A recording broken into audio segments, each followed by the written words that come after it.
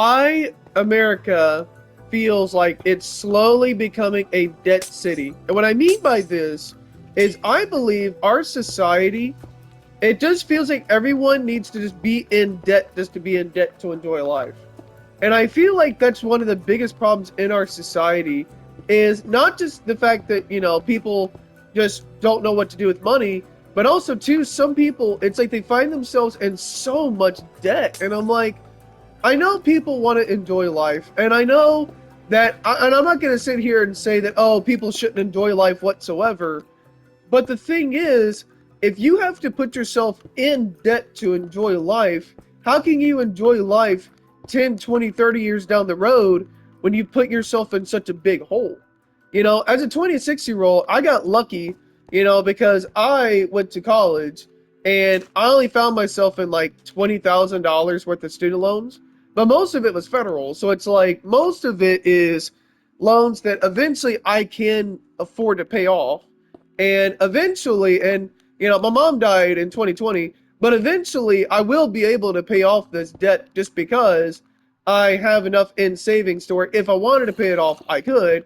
But because they're federal, I don't have to pay it off because they gave me a break in the federal taxes because, again, they're federal. But the thing is, to me, with the debt issue that I'm seeing and with the debt issue we have in America, to me, it feels like so many people find themselves in stupid amounts of debt because they're trying to enjoy life, but they're not enjoying life with cash. They're enjoying life with credit cards and loans. And it just, to me, I don't know why it feels like we're becoming more and more a debt society than a society where people can learn how to save money.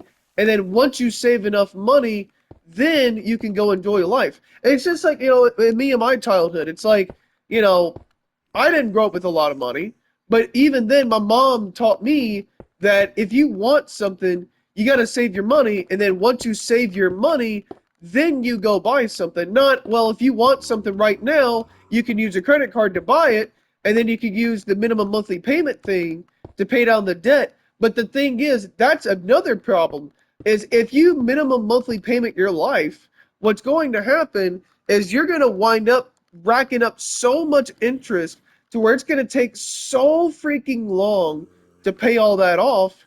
And that's not a good way of living life because if you just minimum monthly payment everything, how are you then going to be able to pay everything off? Where in reality, here's how I view credit cards.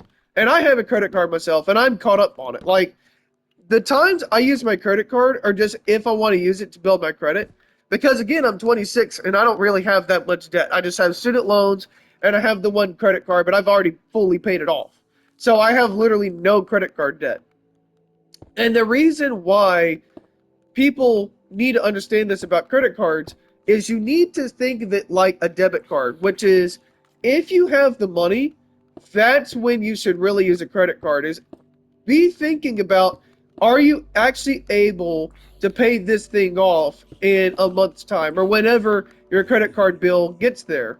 Because one thing I think people forget about with credit cards is if you're only paying the minimum monthly payment, then you're really not taking advantage of the interest. You're not really taking advantage of what you can do with the credit card. Because to me, with the credit card, you can build your credit history with it. You can show to all these people that you are able to be financially secure and be able to be responsible for your credit card. But instead, you see these predatory loans, you see these card companies, when they see people struggling with money, it's like, yes, they're more willing to go after you, but at the same time, they know that they really can't give you too much of a loan. They can't really help you out too much because you're not as responsible with credit cards as they would like for you to be.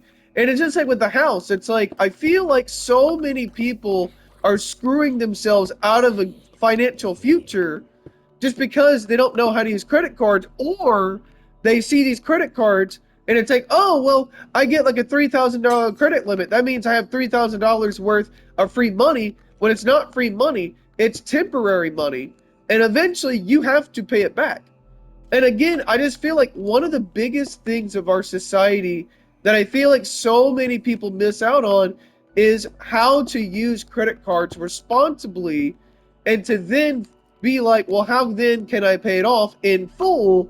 That way, I don't hurt my financial future and I don't hurt my future kids' financial future, because I don't know how I'm going to be like eventually in 10 years' time. I don't know if I'm going to have kids, but even still, I don't want to put a financial burden on my kids because I didn't know how to use a credit card, or because a emergency came up. And yes, I know emergencies happen. I'm not saying that, you should never use a credit card ever. But what I'm saying is you need to be careful with credit cards, because if you're not careful, you will really, really, really hurt your future 5, 10, 15 years down the road, when instead of having all this money saved up, you don't have anything saved up because you've had to use it to pay all this credit card stuff off. So yeah, this is just my little rant on credit cards and debt, and why I believe that people need to wake up to the reality that credit cards are just a temporary way to help yourself out and not a permanent solution to all your financial problems.